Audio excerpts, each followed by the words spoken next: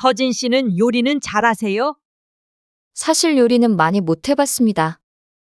어머니가 해주셔서 간단히만 해먹었어요. 어머, 그래요? 그럼 우리 도윤이는 결혼하면 밥도 제대로 못 먹겠네요. 세상에, 그래서 요즘은 레시피도 보고 연습하고 있어요. 연습해서 되는 문제면 요리사들이 왜 필요하겠어요? 기본이 안 된 거죠. 맞아요. 아무리 요즘 시대라지만 밥도 못 차려주는 며느리는 처음 보네요. 저희 집은 입에 까다로운 사람들도 많아서 그냥 시켜 먹는다고 해결될 일이 아니에요. 엄마, 요즘은 시켜 먹는 것도 맛있고 다양해요. 요리 잘못한다고 문제되진 않아요. 그래도 집밥이라는 게 있잖니? 넌 내 입만 몰라서 그런 말 하냐? 그래. 아무리 밖에서 일해도 남편 밥 한 끼는 정성으로 챙기는 거, 그게 기본이죠. 네, 노력하겠습니다. 서진 씨, 근데 정말 궁금해서 그러는데요. 밥은 할 줄 아세요? 네? 아, 네, 간단한 건 해요. 간단한 거요? 예를 들면요. 계란 후라이, 이런 거 말씀하시는 거예요? 아니요, 된장찌개나 김치볶음 같은 것도 해요. 아직 많이 배우는 중이에요. 배우는 중이요. 29살이면 이미 한참 맸어야 하는 거 아닌가요? 그러게요. 제가 요즘 젊은 분들 감각은 잘 모르겠지만, 그래도 밥은 기본이잖아요. 우리 도윤이 밥은 누가 해줄 건지 갑자기 걱정이 되네요. 엄마, 너무 그러지 마요. 저도 요즘은 배달 많이 시켜 먹어요. 서진이랑 같이 해 먹을 수도 있고요. 말은 쉽게 하지. 넌 맨날 집밥 먹어서 너도 계속 시켜 먹으면 짜증날 거다. 최대한 배우고 노력하겠습니다. 아이고, 노력만으로 다 되는 세상이었으면 얼마나 좋을까요? 그쵸? 도대체 저 부모님들은 왜 저렇게 말씀하시는 걸까요? 아들을 걱정해서 그러는 걸까요? 아니면 그냥 예비 며느리가 못마땅한 걸까요? 한편으로는 부모의 입장이 이해되기도 하지만 저런 말들을 정면으로 듣고 있는 서진 씨는 얼마나 힘들까요? 과연 이 만남 좋은 방향으로 이어질 수 있을까요? 구독과 좋아요는 영상을 만드는데 큰 힘이 됩니다. 안녕하세요. 평택에 사는 73세 김나진입니다. 저는 가정폭력을 피해 이혼 후 아이를 혼자 키워왔습니다. 이혼하고 짐을 싸들고 수원 뒷골목, 미용실 옆 월세방으로 들어오던 날이 아직도 생생합니다. 손에 들린 가방보다 마음이 더 무거웠고 그 무게가 발끝까지 내려앉았죠. 딸아이는 초등학교 5학년이었고 저는 가진 게 손끝 하나뿐이었어요. 낮은 미용실에서 머리 감기고 밤엔 타올 삶고 바닥 닦으며 하루하루를 버텼습니다. 손님이 없을 땐 딸 교과서를 펼쳐놓고 함께 받아쓰기 연습도 했어요. 그 집은 방 하나짜리 부엌이라 부르기도 민망한 싱크대가 딸린 공간이었죠. 겨울이면 수도가 얼어 물을 끓여서 세수했고 여름이면 선풍기 앞에 번갈아 얼굴을 들이밀며 웃곤 했습니다. 가난하다기보단 그냥 살아야 했다는 말이 더 맞을 거예요. 첫 출근하던 날 새벽 딸아이를 이불 속에 남겨두고 조용히 문을 닫았습니다. 한 손엔 도시락, 다른 손엔 가위와 빗이 담긴 가방을 들고 조용한 골목을 걸었죠. 세상이 낯설고 한기가 돌았지만 한 걸음 한 걸음 내디디며 다짐했습니다. 괜찮아, 잘 버티면 분명 좋은 날이 올 거야. 그날 이후로 단 하루도 쉬지 않았습니다. 웃는 날이 오리라는 희망 하나로 내 모든 날을 걸었죠. 새벽 5시가 되면 자동으로 눈이 떠졌습니다. 알람이 울리기도 전에 몸이 먼저 기억을 했죠. 주방 불을 켜고 조용히 쌀을 씻고 반찬을 준비하는 그 시간만큼은 딸아이가 잘 자고 있다는 걸 느끼며 잠시 마음이 놓이곤 했습니다. 조금 남은 멸치볶음에 계란 한 알, 김치는 꼭 물기를 짜서 싸줬어요. 도시락이 새면 친구들 눈치 볼까봐 괜히 속상해질까 봐 작은 통 하나에도 마음을 꽉꽉 눌러 담았습니다. 그날도 똑같았죠. 찬물에 손을 담갔다 빼는 순간 손목에서 찌릿하고 전기가 돌았습니다. 며칠 전부터 시큰거렸는데 그냥 그러려니 했어요. 바쁘게 살다 보면 아픈 것도 있게 되거든요. 근데 그날따라 반찬통 뚜껑을 여는데도 젓가락을 드는 대도 손목이 마음대로 움직여주질 않았습니다. 그래도 도시락은 싸야 했어요. 애 학교에 늦으면 안 되니까, 아침을 굶으면 안 되니까. 김을 얹고 참기름을 뿌릴 때쯤 한숨이 절로 나왔습니다. 피곤해서가 아니라 아프고 서러워서 나오는 한숨이었죠. 딸아이 얼굴은 천사처럼 곤히 자고 있었고 저는 아무렇지 않은 척 도시락 뚜껑을 닫았습니다. 엄마는 괜찮아. 그 말 그땐 하루에도 12번쯤은 마음속으로 되뇌었던 것 같습니다. 하지만 세상 일이 늘 괜찮은 마음만으로 되는 건 아니더군요. 내가 애쓰는 만큼 그 아이가 나를 이해해 주는 건 또 다른 일이었습니다. 그날은 유난히 바람이 차가웠습니다. 작은 꽃무늬 손수건에 김밥을 싸고 보온병에 따뜻한 미역국을 담았죠. 아침 일찍 미용실 청소를 마치고 고무장갑에 밴 물기를 옷자락으로 대충 닦아낸 채 학교 앞까지 걸어갔습니다. 아이 반 아이들이 소풍을 간다고 했거든요. 다들 도시락 싸올 거라고 엄마들이 온다고 하길래 괜히 마음이 조급해졌습니다. 애가 서운해할까봐 친구들 사이에서 초라해 보일까 봐 손목이 욱신거리는데도 참았어요. 학교 담장 앞에 도착했을 땐 멀리서 아이 얼굴이 보였죠. 저는 괜히 웃음이 나서 손을 흔들었는데 아이는 고개를 휙 돌리더니 빠른 걸음으로 다가와 조용히 말했습니다. 엄마 오지 마. 창피해. 그 한마디에 보온병이 손에서 미끄러질 뻔했습니다. 작은 소리였지만 귀에 맴돌았고 가슴 한쪽이 덜컥 내려앉았죠. 저는 아무 말도 못하고 그냥 고개만 끄덕였습니다. 이해한다고 말은 못했어요. 사실 잘 모르겠더라고요. 무엇이 창피한 건지, 어떤 모습이 싫었던 건지. 집에 돌아오는 길 김밥이 들어있던 손수건이 유난히 무겁게 느껴졌습니다. 아무것도 아닌 일처럼 넘기려 했지만 그날 이후로 학교 앞은 쉽게 발걸음이 가지 않더군요. 장날이면 아침부터 골목이 분주해졌어요. 상인들은 좌판을 펴고 시장 골목 끝마다 물건을 부르짖는 소리가 들렸죠. 저는 그 틈을 지나 조용히 박스를 모았습니다. 미용실 일이 없는 날엔 손수레 대신 마대자루를 끌고 나섰죠.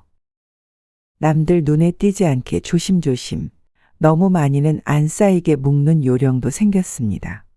박스를 모으면 몇 푼이 생겼고 그걸로 밀린 통신비를 냈어요. 휴대폰이 끊기면 딸아이한테 오는 전화, 문자 하나 받지 못할까봐 마음이 급했죠. 그날은 바람이 불어 박스가 여기저기 흩어졌고 저는 몸을 숙여 모으다가 그 아이를 봤어요. 딸 서진이 친구였습니다. 반듯한 교복에 교재를 껴안고 골목 초입에서 나를 가만히 바라보고 있더군요. 눈이 마주쳤을 땐 시간이 멈춘 듯 했어요. 저는 얼른 시선을 피하고 자루를 묶었습니다. 안녕. 학교 가는 길이구나. 말을 꺼내면서도 얼굴이 화끈거렸어요. 그 아이가 뭐라 대꾸 했는지는 잘 기억나질 않아요. 등 뒤로 작게 멀어지는 발자국 소리만 한참 귓가를 맴돌았죠. 돌아오는 길엔 자루가 더 무겁게 느껴졌어요. 박스 때문이 아니라 마음 때문이었죠. 혹시 서진이 귀에 들어갈까, 속상해할까 걱정이 앞섰습니다. 저는 그냥 살려고 한 일이었는데 그 모습이 그 아이 눈엔 어떻게 비쳤을지 자꾸 생각이 나더군요. 그날 이후론 대낮에 폐지를 줍는 일은 줄였어요. 모녀 사이라는 게 꼭 붙어 있어도 같은 세상에서 살고 있는 건 아니란 걸 그날 처음 알았습니다. 졸업식 하루 전날 서진이가 퉁명스럽게 문을 열고 들어왔어요. 저는 내일 입고 갈 외투를 꺼내고 있었고 애는 가방도 벗기 전에 말했죠. 엄마, 학교 오지 마. 다 알아. 시장에서 폐지 줍는 거 애들 다 알아버렸어. 그 말을 들었을 때 머리를 한 대 얻어맞은 것처럼 가슴이 철렁 내려앉았어요. 무슨 말을 해야 할지 몰랐고 입안이 바짝 말라왔어요. 저는 괜찮다고 아무렇지 않다고 웃으며 넘기려 했지만 아이는 다시 말하더군요. 창피하단 말이야. 제발 그냥 오지 마. 그날 밤 저는 외투를 다시 옷장에 넣었어요. 시계 초침 소리만 또각또각 들리던 새벽, 아무 말 없이 미용실로 나갔습니다. 졸업식이 열릴 시간쯤 저는 빗자루를 들고 바닥을 쓸고 있었어요. 바닥 타일 사이사이에 낀 머리카락을 긁어내다 말고 문득 먼지가 아닌 눈물이 앞을 가리더군요. 한참을 그렇게 멍하니 서 있다가 고무장갑을 벗어 눈가를 훔쳤습니다. 다른 직원들은 아무것도 모른 채 일에만 몰두했고 저는 그게 오히려 다행이라 느껴졌어요. 혼자 울고 싶었거든요. 내 딸이 창피하다고 한 그 말 이해하려고 해도 자꾸 마음 한구석이 시려왔습니다. 자식이니까 더 아프더군요. 내가 뭘 그렇게 잘못했을까 그 생각을 하루 종일 안고 있었습니다. 시간이 흐른 후 대학 졸업식 당일 저는 집에서 조용히 딸아이의 귀가를 기다렸어요. 예전 같았으면 뒤에서라도 몰래 얼굴 한번 보고 싶었을 테지만 이젠 그럴 용기도 없었죠. 서진이는 학사복을 입고 사진 몇 장을 찍고 왔다며 핸드폰을 내밀었어요. 사진 속 아이는 웃고 있었지만 저는 그 웃음 너머로 쌓였던 시간들이 자꾸 떠올라 마음이 먹먹했습니다. 몇 주 뒤엔 출근을 하게 됐다더군요. 서울엔 못 붙었지만 그래도 지방공단 안에 회사에 계약직으로 들어가게 됐다고 했어요. 저는 무조건 고개를 끄덕였어요. 어디든 다행이라고 내가 일할 수 있다는 게 얼마나 고마운 일이냐고 말해주고 싶었거든요. 아이는 조심스레 첫 출근 날짜를 얘기했고 저는 냉장고에 남아있던 반찬들을 꺼내 이것저것 챙기기 시작했어요. 차려진 밥상 앞에 앉은 아이를 한참 바라보다가 문득 그런 말이 입 밖으로 나왔습니다. 넌 나보다 잘 살 거야. 꼭 그렇게 될 거야. 그 말이 내게도 다짐처럼 들렸어요. 저는 미용실 수건을 말리던 내 손, 폐지 자루를 묶던 내 허리, 그런 나날들을 떠올리며 속으로 기도했죠. 그 아이는 그런 엄마의 지난 시간을 뛰어넘어 제 발로 서 있을 거라고. 그렇게 믿고 싶었습니다. 첫 월급 날이라고 하더군요. 서진이가 작은 종이봉투 하나를 꺼내 제 손에 쥐어줬어요. 마지못해 꺼낸 것도 아니고 자랑스럽지도 않게. 그냥 조용히 아주 조심스럽게 내미는 손이었어요. 봉투를 열어보니 3만 원짜리 지폐 10장이 가지런히 접혀 있었죠. 순간 숨이 멎는 줄 알았어요. 숫자로는 얼마 안 되지만 그 안에 담긴 마음이 느껴지니까요. 폐지 주어 휴대폰 요금 내던 그 시절이 떠올랐고 시장 골목에서 고개 숙였던 내 모습이 스쳤습니다. 저는 그저 웃으며 고개를 끄덕였어요. 아무 말도 안 했는데 아이가 조용히 말하더군요. 나도 이제 엄마 도와줄게. 조금씩이라도 진짜야. 그 말이 마음속 깊이 스며들었어요. 아프다는 말 한 번 제대로 못했던 그 시간들이 괜히 울컥했죠. 병원 가라는 말은 안 했지만 그 눈빛에 다 담겨 있었어요. 내가 괜찮다고 넘겼던 날들 그 애는 다 알고 있었던 거예요. 한참을 그러고 있다가 아이 손을 살며시 잡았어요. 마른 손등이 고맙고 따뜻하고 조금은 미안했습니다. 마음이라는 게 참 묘하죠. 어떤 말보다 손끝에서 먼저 전해지는 게 있더군요. 출근을 앞둔 서진이 얼굴이 요 며칠 유독 말이 없었어요. 옷장을 열었다 닫고 손으로 셔츠 소매를 만지작거리다 이불 속으로 들어가곤 했죠. 아무 말은 안 했지만 마음이 쓰이더군요. 그래서 며칠간 모아두었던 돈을 조용히 꺼냈습니다. 병원비 아끼고 반찬값 덜어 모은 돈이었어요. 고작 계약직이지만 사회로 나가는 첫걸음인데 아무 옷이나 입히고 싶지 않았습니다. 시장 옷가게 골목 대신 이번엔 큰 상가로 향했어요. 한참을 돌아다니다 단정한 검은 정장을 하나 골랐습니다. 계산하면서 손이 떨리긴 했지만 후회는 없었어요. 포장을 풀어 딸아이 손에 건넬 때 말이 짧게 나왔습니다. 회사엔 이런 옷 입고 가는 거야. 엄마가 해줄 수 있는 게 이것뿐이더라.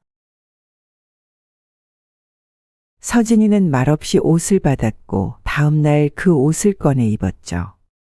셔츠 깃을 고르고 재킷 단추를 잠그는 아이의 손이 조심스러웠어요. 저는 식탁 옆에 앉아 그 모습을 한참 바라봤어요. 거울 앞에 선 서진이는 어느새 다 큰 어른이 돼 있었고 옷 한 벌에 그렇게 변해 보이기도 하더군요. 그 순간 문득 이런 생각이 들었어요. 내 손으로 이 아이를 여기까지 데려왔구나. 마음 한켠이 따뜻하면서도 아득해졌습니다. 그날은 평소보다 늦게까지 불을 켜두고 딸을 기다렸어요. 첫 회식이라 했으니 얼마나 긴장했을까. 낯선 어른들 틈에서 애가 잘 어울렸을까 걱정이 됐죠.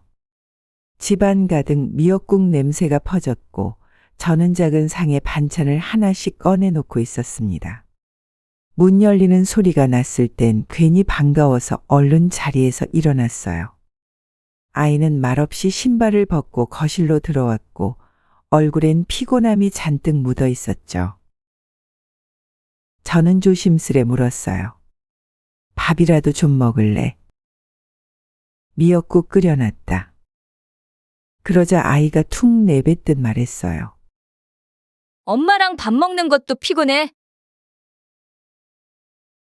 그냥 좀 쉬면 안 돼? 그 말에 저는 손에 들고 있던 숟가락을 조용히 내려놓았어요. 서진이는 방으로 들어가 문을 닫았고 저는 상 위에 그릇들을 멍하니 바라보다가 조심스레 뚜껑을 덮었습니다. 문득 서운함이 밀려왔어요. 그 아이가 오늘 얼마나 힘들었는지 알면서도 나라는 존재가 그 힘듦에 보탬이 되는 게 아니라 부담이 된다는 생각에 마음 한구석이 시려졌습니다. 저는 아무 말 없이 싱크대 앞에 서서 국을 냄비째 부었고 물이 튀어도 고무장갑을 벗지 않았어요. 그렇게 그날은 말 한마디 없이 끝났습니다. 어느 날 딸 서진이가 조심스럽게 말을 꺼냈을 때 저는 그 말이 나올 줄 이미 알고 있었던 것 같아요. 눈빛이 달랐거든요. 퇴근하고도 옷을 단정히 입고 휴대폰을 바라보며 미소 짓는 얼굴에서 뭔가 느껴졌죠. 주말 오후 김이 모락모락 저는 국을 식탁 위에 올려놓고 있을 때였어요. 아이는 두 손을 무릎 위에 모으고 앉아 있더니 조용히 말했어요. 엄마, 나 결혼하고 싶어. 도윤이라는 사람이 있어. 저는 놀라지 않았어요. 오히려 마음속에서 뭔가 가만히 녹아내리는 기분이었죠. 딸이 그 말을 꺼낼 만큼 누군가를 믿고 있다는 게 기특하고 대견했어요. 그래서 아무 말도 하지 않고 조용히 미소만 지었어요. 서진이는 그 눈빛을 읽고 안도하는 것처럼 보였고 곧 도윤이란 남자에 대해 이것저것 설명을 해줬어요. 동갑내기고 가족 건물 관리 일을 돕고 있고 말수는 적지만 책임감은 있다고 했죠. 저는 그 말 하나하나를 가슴에 담아들었어요. 잘 살고 싶다는 아이의 진심이 느껴졌으니까요. 마음 한편으로는 걱정도 됐지만 그 자리에서는 보여주고 싶지 않았습니다. 대신 따뜻한 국을 한술 떠서 아이 앞에 놓으며 말했어요. 그래, 누구든 너를 아껴주는 사람이면 돼. 너만 마음 다치지 않으면 돼. 내가 줄 수 있는 축복은 그거 하나뿐이었어요.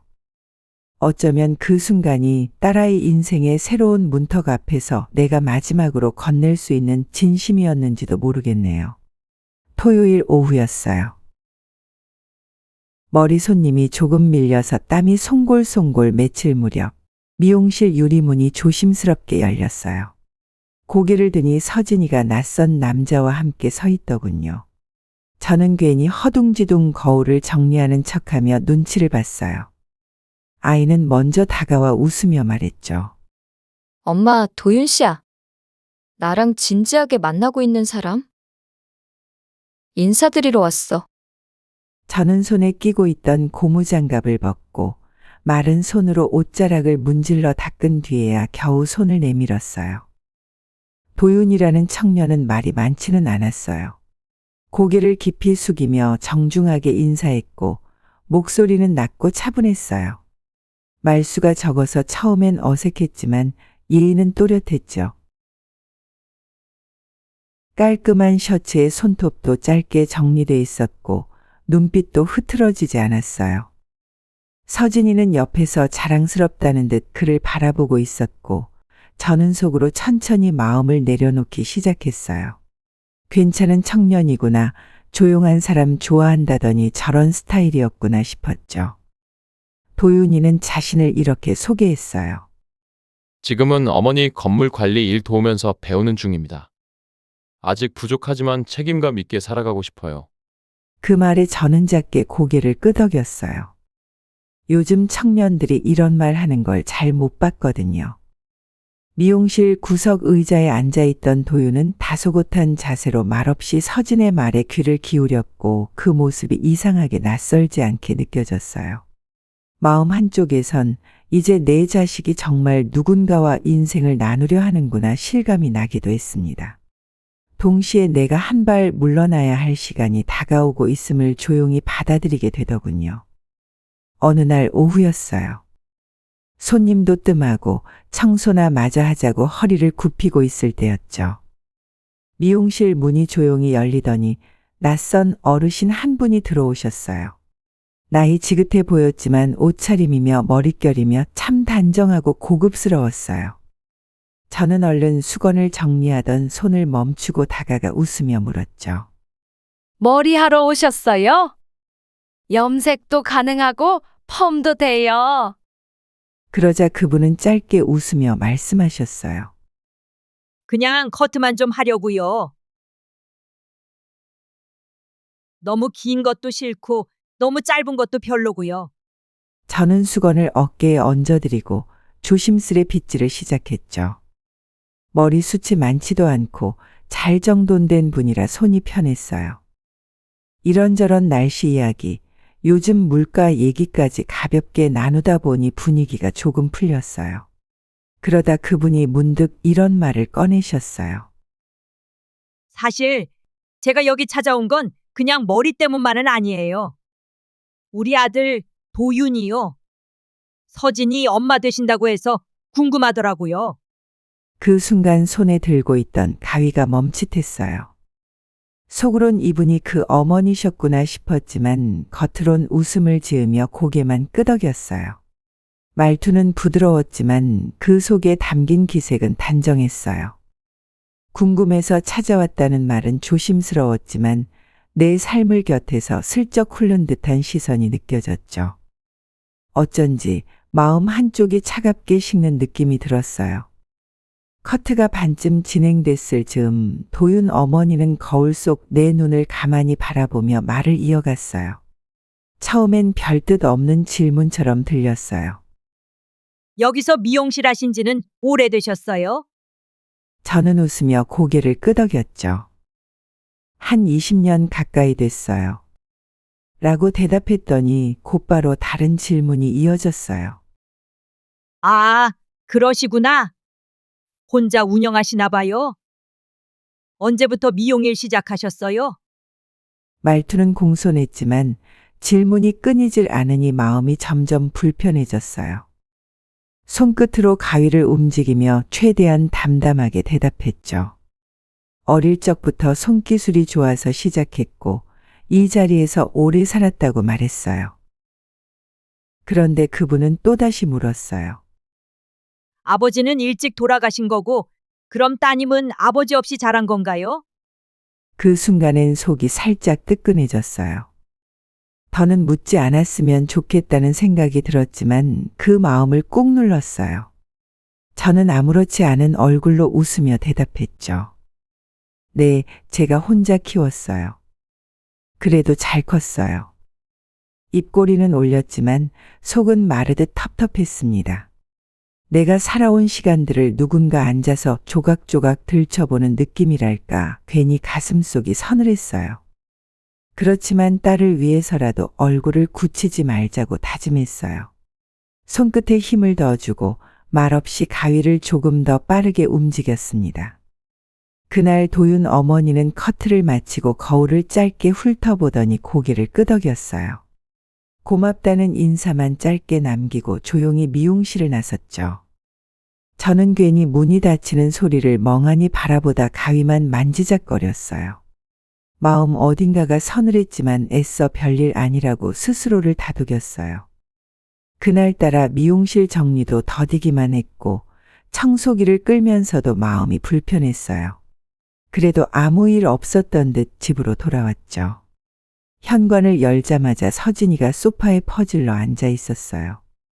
핸드폰을 들여다보던 아이는 내가 들어서는 소리에 고개를 들더니 조심스럽게 물었어요. 엄마, 오늘 예비 사돈한테 엄마 촌스럽게 안 보였지? 저는 잠깐 머뭇거리다가 가볍게 웃으며 고개를 끄덕였어요. 괜찮다고, 잘했다고, 아무 문제 없었다고요. 속으로는 서운한 마음이 일었지만 애써 감췄어요. 아이가 괜한 걱정하지 않게 하려고요. 서진이는 내 반응을 확인하자마자 금세 안도하는 얼굴이 되었고 다시 핸드폰을 만지작거리며 방으로 들어갔어요. 저는 소파에 앉아 한참 동안 멍하니 천장을 바라봤어요. 세상이 참 많이 변했구나 싶었어요. 예전엔 딸이 엄마 걱정하는 일은 드물었는데 이제는 엄마가 창피할까봐 걱정하는 세상이 되었나 싶었어요. 그래도 그 마음마저 고마워해야 하는 거겠죠. 저는 길게 숨을 내쉬고 다시 일어섰어요. 서진이가 방으로 들어간 뒤 한참이 지나도록 조용했어요. 저는 부엌 정리를 마치고 조심스레 아이 방 문틈을 들여다봤어요. 서진이는 책상 앞에 앉아 무언가를 진지하게 적고 있었어요. 연필을 쥔 손끝에 힘이 가득 들어간 걸 보니 장난으로 끄적이는 건 아닌 것 같았어요. 저는 문을 살짝 열고 다가갔어요. 아이가 놀랄까봐 조심스럽게 부드럽게 물었어요. 뭐 그렇게 열심히 쓰고 있어?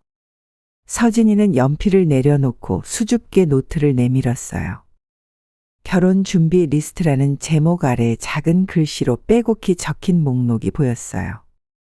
혼수 품목, 가전제품, 예단, 신혼여행지까지 한 줄 한 줄 꼼꼼하게 써내려간 흔적이었어요.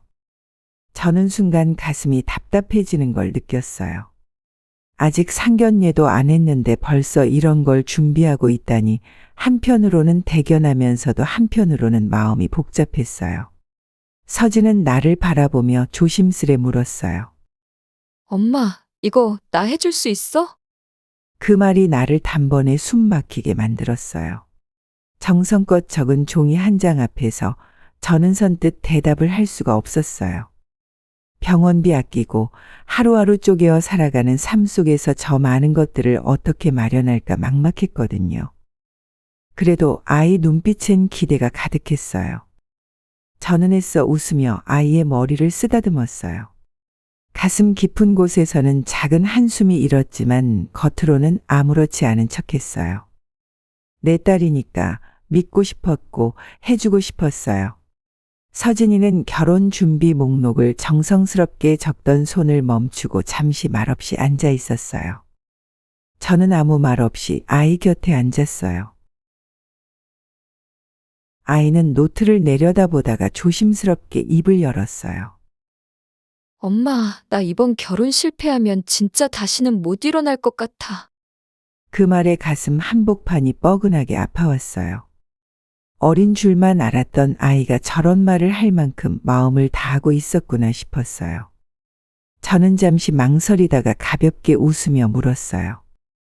아직 상견례도 안 했는데 벌써부터 이렇게 걱정하냐? 그러자 서진은 고개를 저으며 말했어요. 엄만 그냥 신경 쓰지 마. 저는 다 생각이 있어서 하는 거야. 저는 아이의 등을 조심스레 토닥였어요. 괜히 눈가가 시큰했어요. 그렇게까지 절실하게 매달려야 하는 결혼이라니 마음이 복잡했어요. 아이가 믿고 싶어하는 그 사람을, 그 미래를 나도 함께 믿어야 하는 걸까 고민이 들었지만 결국 아무 말도 하지 못했어요. 아이는 다시 노트를 들여다보며 무언가를 적기 시작했어요. 저는 그 모습이 대견하면서도 서글펐어요. 서진이 웃으며 신혼집 얘기를 꺼낼 때 저는 아무렇지 않은 척 웃었어요. 서진이는 조용히 노트를 덮고 고개를 들었어요.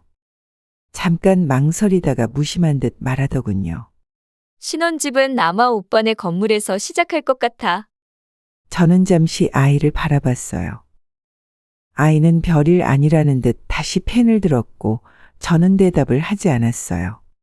말이 길어지면 괜히 분위기만 어색해질까봐 조용히 설거지로 돌아갔어요. 수돗물 소리 사이로 아이의 연필 움직이는 소리가 들렸어요. 서진이는 내 눈치를 보지 않고 말을 덧붙였어요. 관리비만 조금 내면 되고 월세는 거의 없을 거야. 도윤이 쪽에서도 그게 제일 현실적이라고 했어. 저는 고개를 끄덕였어요. 그래, 요즘 세상에 집을 얻는다는 게 쉬운 일은 아니니까.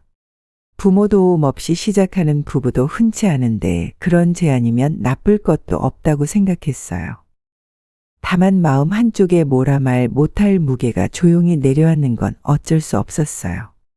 그 집에서 시작한다는 말이 왜 그리 낯설게 들렸는지 모르겠어요. 그래도 저는 괜찮다는 듯 물기를 짜낸 그릇을 식탁에 놓고 의자에 앉았어요. 서진이는 여전히 노트를 들여다보며 작은 글씨로 무언가를 적고 있었어요. 저는 더 묻지 않았고 아이도 더 이상 말하지 않았어요. 그날 저녁은 그렇게 조용히 흘러갔어요. 서랍 정리를 하다 우연히 은행 봉투를 보게 됐어요. 통장 하나가 반쯤 빠져나와 있었고 안에 든 종이를 꺼내보니 적금 해지 내역이 찍혀 있었어요. 서진이가 오래 묵혀두던 통장이었죠. 순간 이상하다 싶어서 아이에게 조심스럽게 물었어요. 너 적금 왜 깼어? 무슨 일 있니? 서진이는 대수롭지 않다는 듯 말했어요. 그냥 곧 좀 큰 돈이 들어갈 것 같아서 미리 준비해두는 거야. 저는 말끝을 흐리는 그 말투가 마음에 걸렸어요. 언젠가부터 아이가 중요한 얘기를 먼저 털어놓지 않는다는 생각이 들었죠. 그냥 넘기지 못하고 다시 물었어요. 큰 돈이라니. 뭐 때문에? 왜 그래? 숨기지 말고 얘기해봐. 그제야 아이가 입술을 깨물며 천천히 말했어요. 도윤이네 쪽에서 공짜로 들어오는 것처럼 보이는 건 좀 그렇다고 했대. 신혼집 보증금은 우리 쪽에서 내는 게 좋지 않겠냐고 해서 내가 조금씩 마련해두려는 거야. 저는 잠깐 말이 없었어요. 계산처럼 들리는 말이 낯설었고 마음속 어딘가가 서늘해지는 느낌이 있었어요. 아이는 괜찮다고 이미 정리된 얘기라고 했지만 내 표정이 쉽게 펴지진 않았어요. 그래도 서진이는 내 눈을 피하지 않았고 저는 더 묻지 않기로 했어요. 그날 이후로 마음에 조용한 질문 하나가 생겼어요. 이 결혼 누구를 위한 걸까? 늦은 밤 혼자 거실에 앉아 있으니 생각이 길어졌습니다. 괜찮다고 넘겼던 말투나 표정 하나하나가 자꾸 마음을 건드렸습니다. 결국 핸드폰을 들고 제 동생에게 전화를 걸었습니다. 한참 안부를 나누다 조심스레 말을 꺼냈습니다. 나 요즘 서진이 보면 가끔 이런 생각이 들어. 우리 딸이 뭔가 변한 것 같아. 동생은 조용히 듣다가 천천히 물었습니다. 왜? 어떤 게 그렇게 느껴져? 저는 마음속에 담아뒀던 걸 하나씩 꺼냈습니다. 도윤이네 앞에서는 괜히 제 눈치를 보는 것 같고, 예전엔 그냥 흘려듣던 말에도 신경을 곤두세우고 저랑 이야기할 때조차 조심스러워진 모습이 자꾸 눈에 밟힌다고 했습니다. 예전엔 뭐든 저한테 먼저 얘기했는데 요즘은 말하기 전에 꼭 한번 머릿속으로 정리하고 나오는 얼굴이야. 그게 낯설어. 동생은 한동안 가만히 있다가 조용히 말했습니다. 그런 게 더 마음 아프지. 언니가 느낀 거면 분명 이유가 있는 거야. 그 말이 오래도록 귓가에 남았습니다. 그날은 이상하리만치 조용한 아침이었어요. 따뜻한 차를 마시며 창밖을 멍하니 바라보고 있었는데 갑자기 현관문이 쾅 하고 열리더니 딸이 숨을 헐떡이며 들어왔어요. 얼굴이 창백했고 눈빛엔 불안이 가득했죠. 엄마, 지금 도윤이 때문에 큰일 났어. 급하게 2,500만 원만 도와줄 수 있어? 무슨 소리야? 갑자기 무슨 돈이야? 상가 하나가 빠졌는데 지금 보증금 다시 주려면 그 돈이 필요해. 2,500만 원만 있으면 된대. 다음 상가만 맞춰지면 바로 갚을 수 있어. 그게 그렇게 급한 일이야? 너 그 사람 말만 믿고 그러는 거야? 엄마, 나도 망설였어. 근데 진짜야. 이 기회 놓치면 안 된대. 그리고 엄마가 도와주면 진짜 곧바로 갚는다고 약속했어. 그 말을 듣는데 가슴이 묵직해졌어요. 그 돈은 제가 몇 년에 걸쳐 차곡차곡 모은 노후 자금이었고 쉽게 꺼낼 생각은 단 한 번도 없었죠. 하지만 딸의 눈동자는 흔들리지 않았고 너무 간절했어요. 저는 결국 장롱 깊숙한 서랍에서 통장을 꺼내 들었죠. 진짜로 바로 갚을 수 있는 거 맞지? 응, 엄마. 믿어줘. 내가 책임질게. 그렇게 2,500만 원을 건넨 뒤에도 마음 한구석은 무겁게 가라앉았어요. 손끝이 저릴 만큼 불안했어요. 딸은 도윤이를 믿었고 저는 그런 딸을 믿은 거였죠. 하지만 그날 이후 그 불안은 조금씩 아주 천천히 현실로 다가오기 시작했습니다. 그날은 유난히 딸의 표정이 가라앉아 있었어요. 무슨 일이냐고 물어도 고개만 젓고 대답을 피하더군요. 조용히 식탁에 앉아 밥을 먹는 모습이 낯설 만큼 조심스러워 보여서 저는 일부러 아무 말 하지 않았어요. 며칠이 지나고 나서야 딸이 조심스럽게 꺼냈어요. 얼마 전 도윤이에게 결혼 이야기를 꺼냈다고요. 서로 믿고 있는 사이라면 이제는 방향을 정해야 할 때 아니냐고 물었더니 도윤이는 조금만 기다려달라 고 했대요. 이유는 부모님 반대가 아직 너무 심하다는 거였대요. 처음 그 말을 듣고 저는 고개를 끄덕였어요. 사람 사이에 사정이야 있을 수 있으니 당장은 이해해야지 생각했죠. 그런데 마음 한쪽이 서늘해졌어요. 그도 제게 돈이 급하다며 2,500만 원을 부탁했던 사람이에요. 그땐 상가 계약 때문에 꼭 필요하다고 다음 임대만 맞춰지면 바로 갚겠다고 딸을 통해 말해왔죠. 딸도 그런 그를 믿고 저에게 간절히 부탁했어요. 하지만 지금 와서 결혼 이야기를 회피하며 부모님 반대 라는 말을 꺼냈다는 건 책임을 밀어내는 핑계처럼 들렸어요. 살아오며 그런 말 뒤에 숨은 속마음을 너무 많이 봐왔거든요. 딸은 애써 괜찮은 척했지만 저는 알 수 있었어요. 마음 깊숙한 곳에서 흔들리고 있다는 걸요. 저는 그날 밤 괜히 속이 쓰려서 평소 안 먹던 소화제를 꺼내 먹었어요. 그날은 유난히 바람이 잔잔하게 불던 날이었어요. 거실 창을 열어두었더니 커튼이 슬쩍슬쩍 흔들리며 마음까지 차분하게 만들더군요. 그런 오후 딸이 조용히 제 옆에 앉았어요. 말없이 앉아 한참을 있다가 아주 낮은 목소리로 말을 꺼냈죠. 엄마, 나 도윤이한테 같이 부모님 뵈러 가자고 했어. 그냥 이렇게 기다리기만 하면 안 될 것 같아서. 저는 순간 놀랐어요. 그간 결혼 이야기는 늘 조심스러웠고 도윤이 쪽 부모님이 반대한다는 말 이후로는 더더욱 쉽게 입 밖에 꺼내지 못하던 아이였거든요. 며칠 뒤 도윤이가 겨우 입을 열었다고 했어요. 머뭇거리더니 결국엔 알겠다고 하더라. 같이 만나자고. 딸은 그 말을 전할 때 눈빛이 조금 흔들렸어요. 안도인지 걱정인지 알 수 없는 미묘한 감정이 섞여 있었죠. 저는 조용히 고개만 끄덕였어요. 그렇게라도 풀릴 수 있다면 잘 되길 바랐으니까요. 만남은 조용한 한식당에서 이루어졌대요. 딸은 작은 선물 하나를 준비하고 단정하게 입고 나갔다고 했어요. 제법 떨리는 마음으로 갔을 텐데 처음부터 분위기가 좋지는 않았다고 하더군요. 도윤이 어머니는 음식도 나오기 전에 딸을 향해 날선 말을 꺼냈다고 했어요. 집에서 가정교육은 어떻게 받았나? 그 말에 딸은 당황했지만 억지로 미소를 지으며 상황을 넘기려 했대요. 그런데 도윤 아버지도 곧바로 말을 보탰다고 하더군요. 우리 도윤이는 곱게 자랐어요. 아무하고나 엮이게 할 순 없지. 딸은 그 자리에 앉아 아무 말도 못했다고 했어요. 그 앞에서 입을 꼭 다물고 눈물만 삼켰다고요. 무엇보다 더 괴로웠던 건 옆에 앉아있던 도윤이 아무 말도 하지 않았다는 거였어요.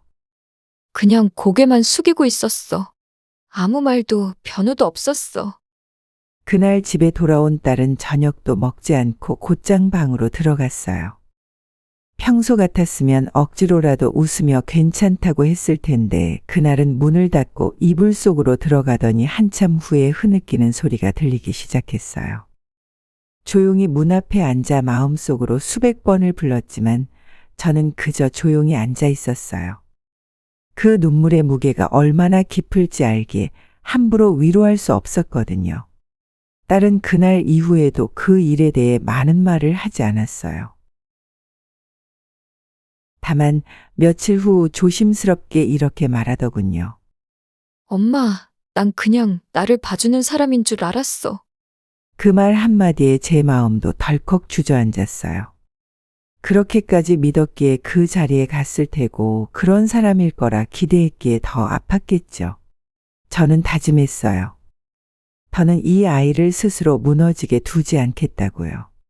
저녁을 준비하며 부엌에 서 있는데 딸이 조용히 들어오더군요. 손에 낡은 봉투 하나를 들고 있었고 얼굴은 어딘가 복잡한 표정이었어요. 말없이 제 옆에 와서 자리에 앉더니 한참을 멍하니 있다가 천천히 말을 꺼냈어요. 도윤이가 돈 갚았어. 오늘. 그 한마디에 저도 모르게 칼을 내려놓고 그녀를 바라봤어요. 솔직히 저는 그 돈 이미 마음에서 지웠어요. 한 번 건넨 돈은 돌려받지 못한다는 각오도 했고 무리하게 달라고 말할 생각도 없었죠. 그저 딸이 상처만 덜 받았으면 하는 마음뿐이었어요. 딸은 이어서 말했어요. 돈 주면서 그러더라. 우리 부모님 진심은 나쁜 분들이 아니야. 마음을 열고 보면 따뜻한 분들이야. 그렇게 말했어. 그 말을 듣는데 가슴이 묘하게 쿡 찔리더군요. 따뜻하단 말, 마음을 열면 다르다는 말. 그건 제가 수십 년간 살아오며 수도 없이 들어온 말이었어요. 하지만 그 말은 결국 상처를 받은 사람에게만 요구되는 인내였고 참고 받아들이라는 말에 불과했죠. 딸은 그런 말을 듣고도 고개만 끄덕였대요. 말은 안 했지만 저는 알겠더군요. 얼마나 혼란스러웠을지. 자신이 사랑한 사람에게 그 말을 들으면서도 부모에게 상처받은 기억이 그대로 살아있다는 게 얼마나 괴로웠을지. 저는 그런 딸을 바라보며 조용히 국을 떠서 식탁에 올렸어요. 그래, 잘 받았네. 근데 그걸로 다 끝난 건 아니지. 딸은 아무 대답도 하지 않았어요.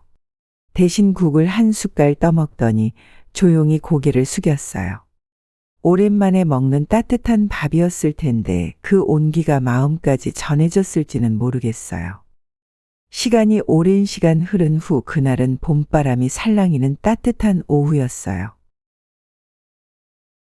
마당 화분에 새순이 올라오기 시작했고 창문을 열어두니 바람이 부드럽게 커튼을 흔들었죠. 딸은 간만에 밝은 얼굴로 들어왔어요. 나른한 오후 저는 그런 딸의 얼굴을 보며 다행이다 싶었죠. 그날 저녁 딸이 조심스레 입을 열었어요. 엄마, 도윤이 이번에 상가 하나 더 계약하려고 하는데 보증금이 조금 모자라대. 저는 잠시 숟가락을 멈췄어요. 어디선가 낯익은 말이었죠. 지난번에도 그렇게 급하게 돈이 필요하다고 했었고 다행히 몇 달 뒤 정말로 갚았어요. 딸도 그 일을 기억하고 있었는지 망설임 없이 말했어요. 이번에도 잘 될 거야. 지난번처럼만 되면 돼. 엄마, 내가 도와줄게. 이번엔 금액이 5천만 원이라고 했어요. 저로선 숨이 턱 막히는 금액이었지만 딸은 아무렇지 않게 말했어요. 도윤이가 신용이 확실하다고 지난번에도 책임감 있게 갚았으니까 괜찮다고. 그 말을 듣는 순간 마음속 어딘가에서 찬 기운이 스르르 번졌어요. 분명 갚긴 했죠. 하지만 그동안 딸은 웃음을 잃었고 그 부모들과의 만남 이후로 밤마다 조용히 눈물을 흘렸어요.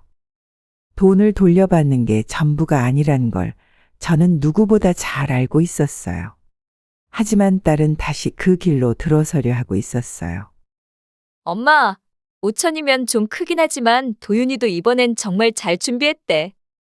다음 계약만 넘어가면 무조건 된다더라. 저는 아무 말 없이 고개만 끄덕였어요. 그 말이 얼마나 위험한지, 얼마나 반복되는 패턴인지 알면서도 말리지 못했어요. 딸이 또다시 상처받을까봐 혹은 제가 딸을 믿지 않는다는 오해를 살까봐 참 어리석게도 조용히 넘겼죠. 그날 밤 저는 오래도록 눈을 감지 못했어요. 예전보다 큰 금액이었고 예전보다 더 빠르게 결정된 일이었어요. 그리고 문득 아주 오래전 들었던 말이 떠올랐어요. 사람은 한 번 속는 건 실수지만 2번 속으면 선택. 이라는 말. 이번 선택의 끝이 어디로 향할지 저는 서서히 예감하기 시작했습니다. 그리고 그 예감은 곧 딸의 삶을 뒤흔드는 진실과 마주하게 만들었습니다. 그날은 흐린 날이었어요. 평소보다 전화벨 소리가 유난히 크게 들렸죠. 딸이 전화를 받자마자 얼굴빛이 순식간에 하얘졌어요. 말없이 몇 마디를 듣더니 갑자기 자리에서 벌떡 일어나 손에 들고 있던 컵을 떨어뜨릴 뻔했어요. 엄마, 도윤이 부모님이 교통사고 났대. 지금 병원인데 수술비가 당장 1,000만 원이 필요하대. 저는 말을 잃었어요. 아는 얼굴은 아니지만 그래도 사고라니, 사람 생명이 걸린 문제라니. 딸은 이미 마음이 움직인 상태였어요. 돈을 빌려줄까 말까라는 고민이 아니라 얼마나 빨리 보낼 수 있을까를 생각하고 있었죠. 딸은 서둘러 핸드폰을 들여다보며 계좌이체를 준비했어요. 눈동자는 흔들렸지만 손끝은 망설이지 않았어요. 도윤에 대한 믿음 그리고 생명 앞에선 재산보다 사람이 먼저라는 딸의 성격이 그대로 드러난 순간이었죠. 저는 그 모습을 보며 한편으론 안타깝고 한편으론 불안했어요. 사람이 급하다고 해서 무작정 손을 내미는 건 이해할 수 있지만 이 모든 상황이 너무 익숙하게 반복되고 있다는 사실이 머릿속을 어지럽혔어요. 지난번에도 잘 갚았잖아. 엄마, 이번엔 정말 급한 일이야. 지금 수술실 앞이라는데 어떻게 안 도와? 저는 말없이 고개만 끄덕였어요. 아니, 어쩌면 속으로는 조용히 한숨을 내쉬었는지도 모르겠어요. 이번에도 딸은 마음을 앞세웠고 저는 그 마음이 또 다치지 않기만을 바랄 뿐이었어요. 돈은 그렇게 빠르게 송금되었고 딸은 안도의 한숨을 쉬었어요. 며칠이 지났어요. 딸은 여전히 불안한 표정이었고 하루에도 몇 번씩 휴대폰을 들여다보며 도윤에게 연락이 왔는지 확인했죠. 처음엔 연락이 오겠지, 바쁘겠지 하며 애써 마음을 다잡는 듯 했어요.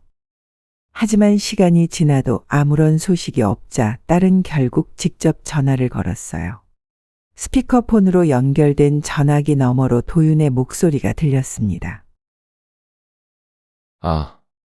잘 회복 중이야. 부모님, 많이 나아지셨어. 정말 고마워. 그래? 다행이다. 수술 잘 됐구나. 응? 퇴원하면 바로 돈은 정리할게. 지금은 정신이 좀 없어서 금방 다시 연락할게. 그리고는 뚝 전화가 끊겼어요. 참 간단했죠. 고맙다는 말 몇 마디와 돈 얘기, 그리고 금방 연락하겠다는 약속. 하지만 그 짧은 통화에 따른 뭔가 마음이 무너지는 표정이었어요. 도윤의 말투가 낯설었다고 했어요. 예전처럼 다정하지도 않았고 상황을 설명하려는 진심도 느껴지지 않았다고요. 딸은 조용히 휴대폰을 내려놓고 한참을 말이 없었어요. 그동안 몇 번을 믿고 도왔지만 마음 한구석에서 처음으로 혹시라는 생각이 스친 듯했어요. 저는 그 옆에 앉아 조용히 딸의 손등을 토닥였어요. 괜찮다는 말 대신 그냥 말없이. 사람이 누군가를 믿는다는 건 참 쉬운 일 같으면서도 어려운 일이에요. 한번 무너진 믿음을 다시 세우는 데는 오랜 시간이 걸리지만 사랑이라는 감정은 그 불안조차 덮어버리곤 하죠. 딸이 그런 상태였어요. 불안하면서도 믿고 싶고 의심하면서도 자신을 책망하는 그 어정쩡한 마음 사이에서 흔들리고 있었죠. 아침 햇살은 맑았지만 딸의 얼굴은 더없이 흐렸어요. 도윤과 마지막 통화 이후 며칠이 지났지만 아무 연락도 없었거든요. 퇴원하면 돈을 갚겠다는 말, 금방 다시 연락하겠다는 말도 결국 빈말이었다는 생각이 점점 딸의 표정을 어둡게 만들었죠. 딸은 처음엔 아무 말도 하지 않았어요. 그저 핸드폰을 들고 혼잣말처럼 중얼거리기만 했어요. 설마 진짜 사고 난 거 맞겠지? 그 순간 저도 가슴이 철렁했어요. 혹시 정말 혹시나 그 모든 게 거짓이라면 딸은 그날 오후 결국 직접 병원으로 향했어요. 도윤이 말했던 병원, 부모님이 입원했다던 그곳으로요. 저는 조용히 그녀를 배웅하면서도 가는 내내 불길한 예감이 가시질 않았어요. 몇 시간이 흐른 뒤 딸이 집에 돌아왔을 때 얼굴은 잿빛이었어요. 무거운 침묵이 집안을 덮었고 딸은 현관문을 닫고 그대로 식탁에 앉았어요. 떨리는 손으로 컵을 들고 물을 한 모금 마시더니 조용히 말했어요. 없대. 그런 이름으로 입원한 기록 없었어. 접수도 없고 수술도 없대. 순간 세상이 멈춘 것 같았어요. 딸의 목소리는 무척 조용했지만 그 안에 실려있는 충격과 배신감은 고스란히 전해졌어요. 믿고 도왔던 마음, 급하다고 해서 망설임 없이 보낸 돈, 걱정으로 밤잠 설치며 기다렸던 시간, 그 모든 게 송두리째 무너지는 순간이었죠. 그날 저녁 딸이 이상하게 조용했어요. 밥도 제대로 못 먹고 말수도 줄었죠. 저는 모른 척하며 부엌에 앉아 국을 저었어요. 딸이 무언가를 꺼낼 준비를 하고 있다는 걸 오래 함께 살아온 저는 느낄 수 있었거든요. 잠시 후 딸이 제 옆에 앉아 무겁게 입을 열었어요. 엄마, 나 사실 도윤이 소개받은 사람 아니야. 순간 국 저으며 움직이던 손이 멈췄어요. 시선은 여전히 냄비를 향하고 있었지만 머릿속은 번쩍였죠. 딸은 천천히 하지만 또박또박 말을 이었어요.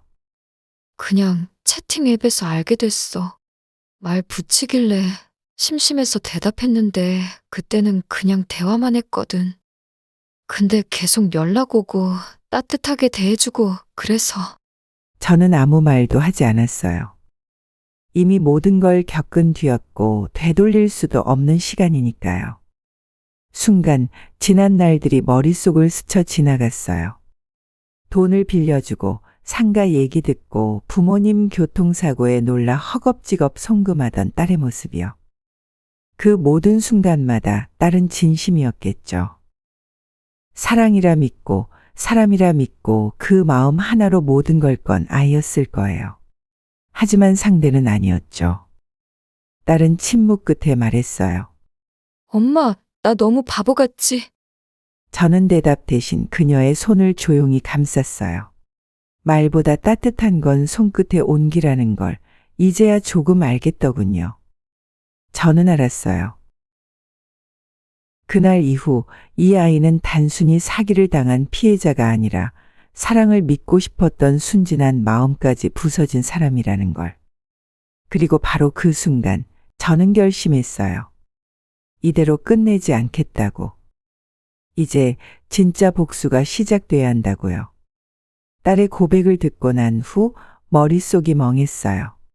채팅 앱이라니. 처음엔 소개받았다고 했잖아. 그 말 하나를 믿고 저는 그래도 괜찮은 사람인가 보다 했어요. 하지만 모든 게 거짓이었다는 생각이 드는 순간 머릿속에서 쿵 하고 무너지는 소리가 들렸어요. 저는 조용히 물었죠. 그럼 그때 만났던 도윤이 부모님은? 너랑 식당에서 얼굴 맞대고 가정교육이 어쩌니 하셨던 그 사람들은 대체 뭐니?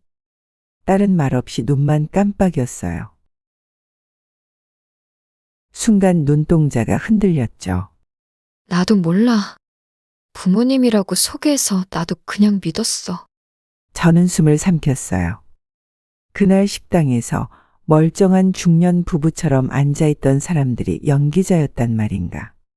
누군가의 부모인 척 앉아 우리 딸을 무너뜨릴 말을 서슴없이 뱉고 나간 사람들. 처음엔 그저 허탈했어요. 그런데 시간이 지날수록 속이 끓어올랐어요. 입안이 마르고 가슴이 쿵쾅거리기 시작했어요. 어떻게 이럴 수 있지? 어떻게 내 딸이 이렇게 멍청하게 속아 넘어갈 수 있지? 저는 부엌 한켠에 서 있다가 결국 딸을 향해 돌아섰어요. 숨이 거칠어졌고 참아왔던 말이 터져나왔죠. 너 도대체 얼마나 바보처럼 굴어야 정신 차릴 거니? 채팅앱에서 만난 남자를 그걸 부모라고 속인 사람을 그렇게 믿었어? 딸은 놀란 눈으로 나를 봤어요. 마치 예상 못했다는 듯이. 하지만 저는 멈출 수 없었어요. 가짜 부모, 가짜 사고, 가짜 계약. 대체 어느 순간 의심 한 번 안 했어? 내가 다 참았던 거 알아. 너 그 사람 말 한마디에 내 노후 자금까지 갖다 줬다고? 딸의 눈에 눈물이 고였지만 저는 그 눈물도 화나더군요. 올 일은 내가 더 많은데 왜 너는 늘 믿고 또 믿다가 무너지는 거니? 엄마, 나도 알아. 나도 나 자신이 너무 한심해. 그 말을 듣는 순간 목소리가 툭 하고 끊겼어요. 고개를 푹 숙인 딸의 어깨가 가늘게 떨리고 있었어요. 그래요. 이 아이도 알고 있었겠죠. 자기가 얼마나 허술하게 당했는지. 믿고 싶었던 만큼 더 크게 부서졌다는 걸 누구보다 본인이 더 절감하고 있을 거예요. 저는 천천히 숨을 들이마시고 조용히 입을 닫았어요. 감정이 한 바퀴 돌아 다시 식었고 그 대신 서늘한 결심이 머릿속에 맺혔어요. 그날은 딸이 처음으로 직접 뭔가를 해보겠다고 나선 날이었어요. 아무리 생각해도 억울하다고 도윤을 절대 그냥 두면 안 된다고. 딸은 조심스럽게 채팅 앱에 로그인하고 고객센터에 문의를 넣었어요. 그 사람의 닉네임, 대화 시간, 심지어 통장 입금 내역까지 정리해서 한참을 입력했죠. 그리고 몇 시간 뒤 돌아온 답장은 단 한 줄이었어요. 이용자의 개인정보는 원칙상 제공해드릴 수 없습니다. 딸은 조용히 그 글을 읽더니 다시 메일을 썼어요. 한 글자, 한 글자. 손이 떨리는 걸 꾹 참고 다시 적었어요. 저 사기당했어요. 부탁이에요. 이 사람 신상이라도 알려주세요. 신고라도 하게요. 하지만 돌아온 답변은 똑같았어요. 이용자 사생활 보호를 위해 형사처분 요청이 아닌 이상 응할 수 없습니다. 그 문장을 읽은 딸은 그 자리에 주저앉았어요. 노트북 앞에서 말없이 숨만 쉬고 있는데 그 어깨가 아주 천천히 무너져 내리는 게 보였어요. 마치 마지막 기대마저 짓밟힌 사람처럼요. 저는 아무 말도 하지 못했어요. 이 나라의 시스템, 법, 사람 무엇 하나도 이 아이 편이 아니라는 사실이 너무 뼈저리게 느껴졌거든요. 엄마, 나 그냥 바보였던 거야. 경찰에 신고도 못하고 누구도 안 믿어줘. 저는 그때 처음으로 이 상황이 단순한 개인 사기를 넘는 일이라는 걸 실감했어요. 며칠째 다른 말이 없었어요. 밥도 제대로 안 먹고 핸드폰만 만지작거리며 하루를 보내고 있었죠. 저는 일부러 아무 말도 하지 않았어요. 아이가 스스로 생각할 시간이 필요하다고 느꼈거든요. 그러던 어느 저녁 딸이 조용히 제 옆에 와 앉았어요. 긴 침묵 끝에 입을 열었는데 목소리가 조금 떨리고 있었어요. 엄마, 나 아직도 이거 누구한테 말 못하겠어. 채팅앱에서 남자 만나다가 사기당했다고 말하는 게 너무 쪽팔려. 저는 아무 말도 하지 않았어요. 딸의 그 말 안에 얼마나 많은 감정이 뒤엉켜 있는지 너무 잘 알 것 같았거든요. 세상이 피해자에게 먼저 손가락질하잖아요. 그런 앱을 왜 해? 왜 돈을 줘? 눈치도 없냐? 그 말들이 딸의 입을 막고 있는 거예요. 근데 그냥 이렇게 끝내긴 싫어. 지금은 연락 안 오지만 언젠간 또 연락할 거야. 또 돈이 필요하다면서. 그때 잡을 거야. 증거도 다 남기고. 덜미 잡을 거야. 내가. 말끝이 조금씩 굳어지고 있었어요. 평소엔 잘 울던 아이가 이번만큼은 눈물을 삼키고 있었죠. 자존심이 무너지고 사람에 대한 신뢰가 부서진 채 마지막 남은 자존감으로 버티고 있는 모습이었어요. 그날은 평소보다 유난히 조용한 오후였어요.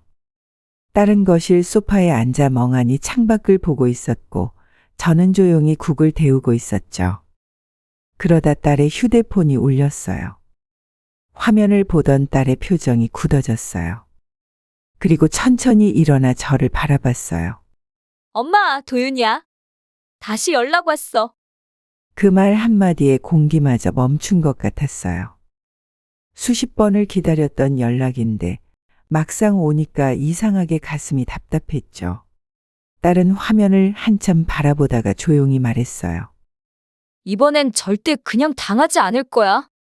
어떻게든 제대로 된 이름이라도 알아올게. 주민번호든 계좌, 실명이라도. 그 말에 저는 아무 말도 하지 못했어요. 대신 조용히 고개를 끄덕였죠.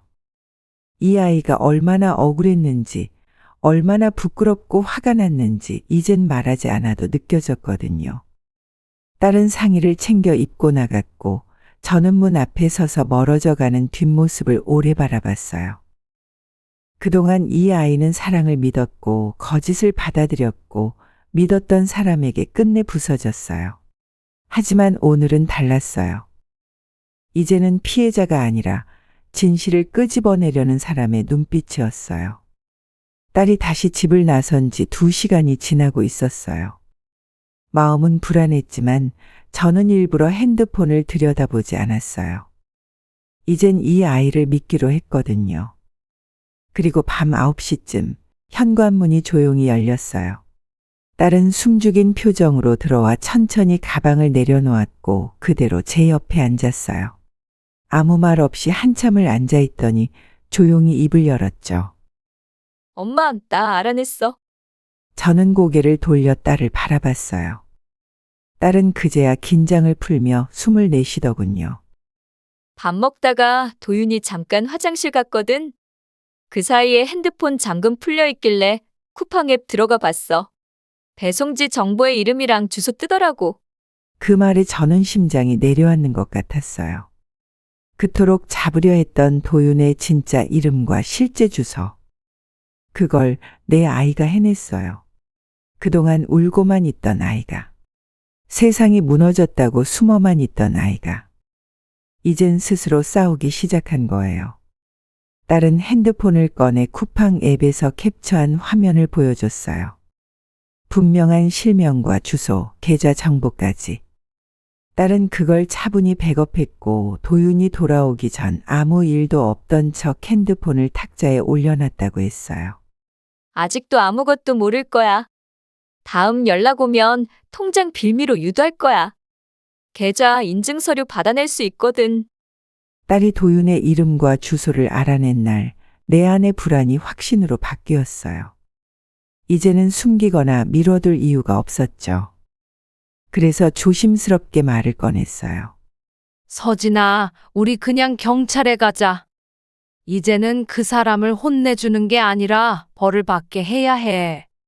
딸은 내 말을 듣고 고개를 절레절레 흔들었어요. 엄마, 주변에도 그런 거 신고해봤자 경찰이 연애 문제라며 무시했다더라. 나도 똑같이 취급당할 거야. 그건 내가 직접 겪은 게 아니잖아. 겪어보지도 않고 포기부터 하는 거 그게 더 억울하지 않니? 그래도 무서워. 혹시 나만 이상한 사람 되는 거 아닐까봐 내가 그런 애 판 것도 창피하고. 딸의 눈빛은 흔들리고 있었어요. 사랑에 속은 부끄러움, 사회의 시선에 대한 공포, 그 모든 게 얽혀 있는 눈빛이었죠. 저는 조용히 손을 잡아주며 말했어요. 내가 잘못한 거 없어. 잘못한 사람은 따로 있어. 우리가 용기 내지 않으면 또 다른 누군가도 피해보게 될 거야. 이건 너 하나만의 일이 아니야.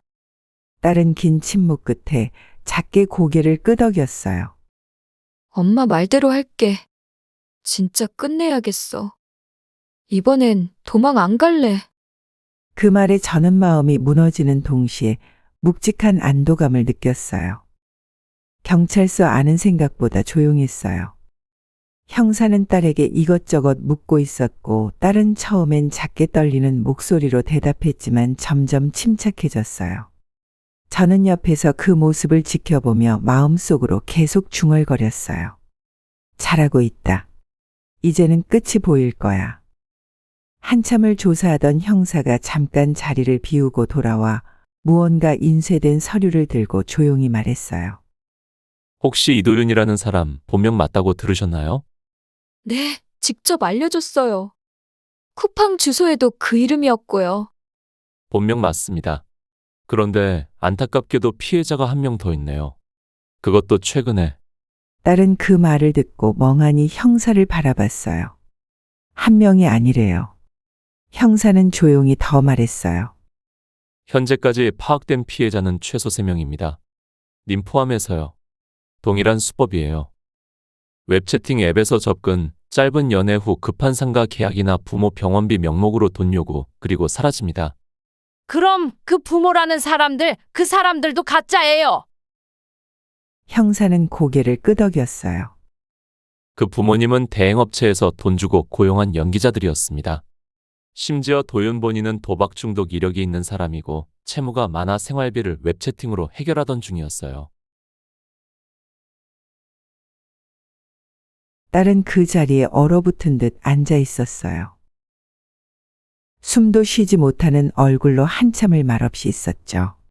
저는 조용히 손을 뻗어 그 아이 손을 감쌌어요. 아이 손은 얼음처럼 식어 있었어요. 재판정 안은 숨소리조차 들리지 않을 만큼 조용했습니다. 저는 딸과 나란히 앉아 피고인석을 바라보고 있었습니다. 거기 서 있는 그 남자는 더 이상 제가 알던 청년이 아니었습니다. 잘 차려입은 양복조차 그 사람의 초라함을 가리지 못했고 눈빛은 반성보단 들킨 자의 불쾌함과 무력감이 엉켜 있었습니다. 딸은 그런 그 남자를 말없이 바라보고 있었습니다. 흔들리지도 고개를 숙이지도 않았고 지난 몇 달 동안 무너졌던 사람이라고는 믿기지 않을 정도로 담담했습니다. 그 아이는 이제 피해자가 아니라 스스로 진실을 끄집어내고 견뎌낸 사람이 되어 있었습니다. 마침내 판사님의 목소리가 울려 퍼졌습니다. 피고 이도윤을 사기죄로 징역 3년형에 처한다.